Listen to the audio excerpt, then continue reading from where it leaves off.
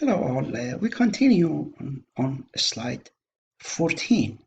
We said what we have to see when we are developing our strategic plan, what our strengths are and what our weaknesses are. And I gave example of consignment stores that I discussed. Suppose I want to open, and what the opportunities are. We talked about it, and what the threats are. And there are some external factors. Think about this picture as our consignment store. What are the external factors that can impact our operation? One of them is the economic factor. What is economic factor? You all know it because of coronavirus. That is that's somehow economic factor. Therefore, if the people don't have jobs, maybe our consignment store might do well. Do you all know that Dollar General stores these days are doing excellent because the people, are out of work. They cannot afford going, buying expensive things, going to restaurant and those things. They go to Dollar General, Dollar Tree, and therefore the economic factors can impact our operation. Suppose, as you all know, restaurants are not doing well these days because they are shut down. Again, that's economic factor. Technological factor can impact our business as well. Therefore, as you all know, suppose Amazon might suddenly open its own consignment store, if it does, which already has, and therefore, if they are applying technology, and we can apply technology to our, business, therefore they can impact our business. Competition can impact our business. If they keep opening stores, we will be in trouble. And political and regulatory things can impact. And suppose sometimes suddenly the government might come and say you are not allowed to have consignment stores. Therefore, if they bring some regulations, it can impact our business. And social and demographic. Social and demographic. Imagine that suddenly, let's say that here suddenly everybody leaves town, and suddenly millionaires and billionaires come to town, and these billionaires don't want consignment shops.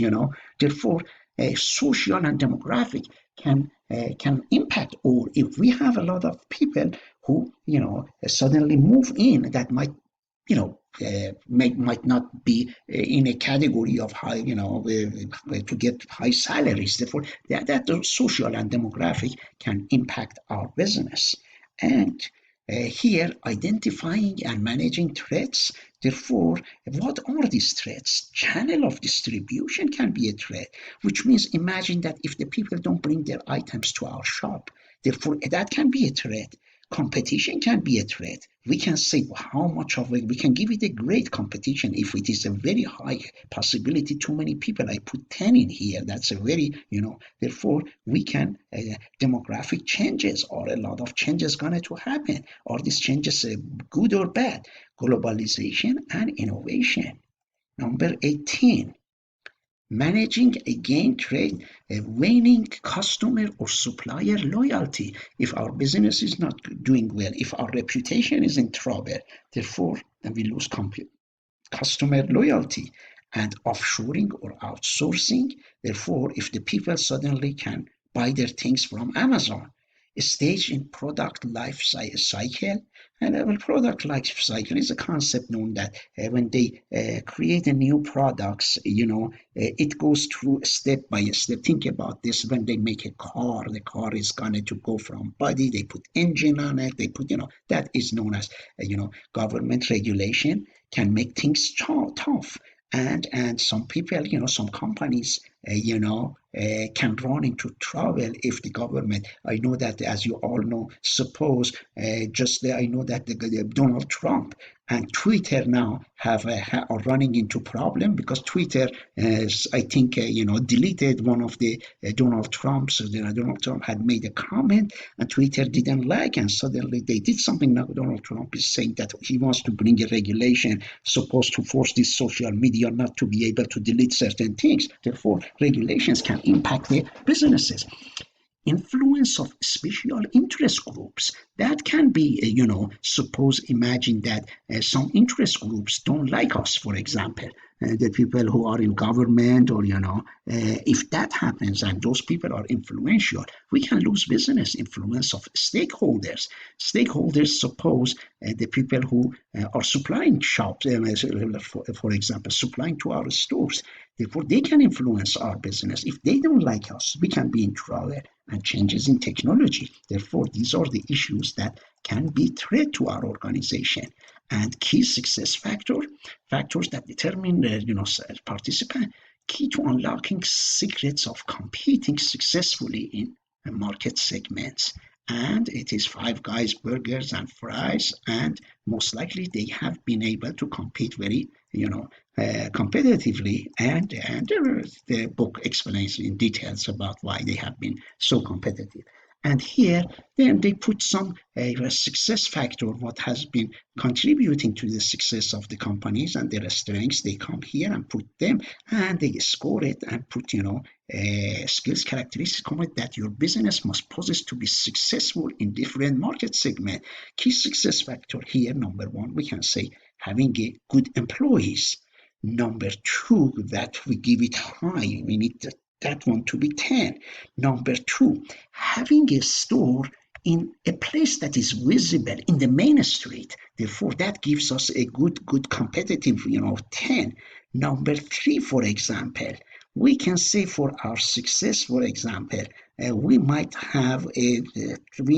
need a truck, but our truck is not that much of a good quality truck, and it's not a new truck, and therefore we give 5, 6, and then we put some conclusion that what our key success factors are, and here analyzing competitors, very important factor, and we are looking to see why other companies, how they are doing it, and can we compete with them. There are already shops, there are already consignment shops, and believe they operate highly competitive environment. That's correct. And level of competition is increasing. Everybody now wants to open. When they see that the business is profitable, everybody wants to open. 97% of US businesses do not systematically track the progresses of their key competitors. And that is unfortunate. If you are in business, you want constantly to know what your competitors are doing. I don't know, have you noticed that as we discussed, 7-Eleven, for example, that is opening in Moorfield and Sheetz in Moorfield. If you look at their gas prices, you always pass through them. Do you see that both of them put the same price for the gas, because they are watching each other, and hopefully if they don't get into price war. If they get into price war, the customers can benefit. You know why? Because imagine that suddenly 7-Eleven reduces its gas price from $2 to $1. What do you think Sheetz is going to do? They are going to drop it to $1 because they cannot compete. And therefore, they have to watch each other constantly. Now, 7-Eleven should watch what kind of services Sheetz is providing that they don't have. Sheetz is providing, car wash that 7-Eleven doesn't have. Therefore, it's okay if they don't have, but they have to find some way to get the customers away. They have to go. Maybe the owner of the 7-Eleven has to go one time to Sheetz, see what kind of food they are selling in that, you order that, you go to that computer place. Maybe they do the same thing, if 7-Eleven can have similar service. Therefore, they have to look to see how they are selling their coffee and what kind of strategies they do.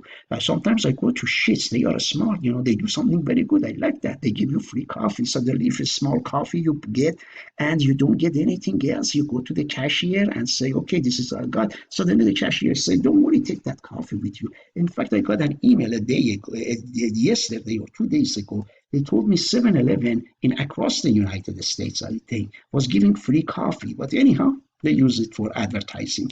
Number five, analyze competitors. Analyze competitors allows you entrepreneur to avoid surprises from existing competitors, new strategies and tactics. Imagine that suddenly a 7-Eleven might come with a new tactic, which it came, yes, as I said, it gave free coffee to everybody, a small coffee 2 days ago. And sometimes they come with some surprises, and therefore you have to watch them and see what they do. Suppose if you want to start your own the consignment store, suddenly the competitor might come with some new ideas. What they come with the new ideas, for example, I know one of the things they do is that they let you track your item through computer, which means if they sell you can go there and see if anybody has bought your on the website. Therefore, they have a software, that you can track their item. Therefore, that is something that comes, and you know it from your cell phones that you have. And constantly, Apple is watching. Samsung, what they are bringing new. Apple suddenly brings something. One computer is becoming, one cell phone is becoming 5G. Everybody wants to be 5G because if you don't have that service, you fall behind. You constantly have to watch your competitors to make sure that you can stay competitive. And analyze competitors. Techniques do not require unethical behavior. And monitor industry and publications. Therefore, although we don't have as much publications regarding consignment stores, but at least 7-Eleven can look at their publications and how these stores are operating, and talk to customers and suppliers. That's what you have to do if you want to have a successful consignment store. I said that you might have the people who bring their supplies, bring their clothes to your store. You want to make sure that you get information from them. The brief employees, especially sales representatives and purchasing agents. That's, you always want to be in contact. You train them, talk to them, and go to the trade shows. And of course, in our case, we don't have a trade shows regarding, watch for competitors. Employment ads, watch the newspaper. Is the other company putting any ad regarding consignment store? And maybe you want to put the same ad, and maybe you want to differentiate. Maybe you want to advertise through your Facebook, through Twitter, or whatever. Therefore, you have to conduct patent search for patent competitors. These are mainly for about companies, and get environmental protection agency reports for factories competing. Of course, we are not manufacturing, and monitor the competitors via social media. I like this one. Therefore, constantly, watch them and see what they are doing. Now, again, see how important so many slides about competition, which is great, and techniques do not require unethical, and learn about kinds of equipment and raw materials. Learn how they get your competitors get their supplies in consignment store, and buy competitors product and benchmark. Maybe send this mystery shopper to the other consignment stores, see how they are charging. Are they using credit card? Are they using how their store is set up? And that way you can still learn from it and get your competitors credit report. And check out Securities and Exchange Commission. Of course, this is mainly for public companies. We are so small that it doesn't get into the SEC, Securities and Exchange Commission. Investigate the UCC reports. There are some reports most likely publicized, and you can get those reports. And check out the resources in local library. It's just to learn about competitors. Use internet and other issues to stay competitors. And then here is that Small Business Success Index, 18% highly competitive, and there are, if you add all of these, they come to 100%, 26% failing, marginally failing, only 18% are highly competitive, and you want to be a part of those highly competitive. How you want to be competitive? Maybe you should find competitors analysis and direct competitors. As a consignment store, you have some direct competitors. Who are your direct competitors? Are the same consignment stores that are in town They are our direct competitors. We have another significant competitor, and that is what is significant competitors. It is not direct competitors. Significant competitors is Walmart. I call it, another competitor.